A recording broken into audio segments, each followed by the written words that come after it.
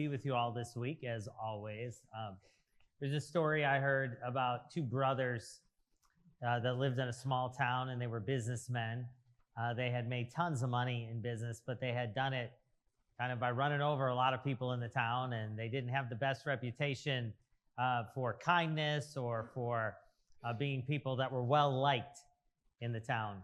And so one of them passed away and went to the local Episcopal church in their town and asked if they could have a funeral. They weren't really church people, but they asked for the funeral there just because that church had a ministry of doing funerals in the community.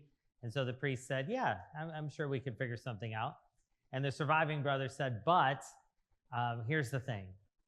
A lot of people don't have a good view of us in town, and I want to start changing that. So I'd like you in the eulogy to talk about how amazing my brother was.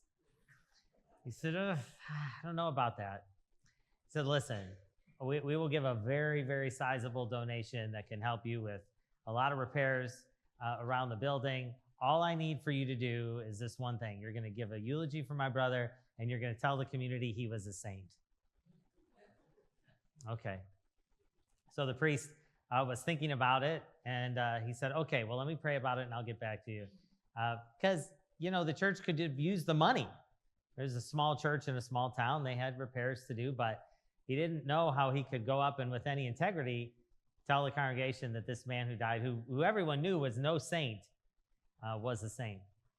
So he prayed about it, and every day that he was thinking about it, praying about it, the brother called him and said, hey, I need you to do this for me. You're working for me this week. I'm going to write the donation, but you're telling everyone my brother was a saint. And day after day, that continued to finally to the day of the funeral. And the funeral had begun.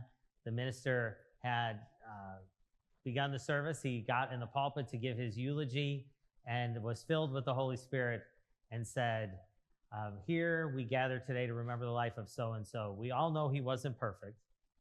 We all know he made a lot of mistakes, but I can tell you this, and this is the truth before God. Compared to his brother, this man is a saint.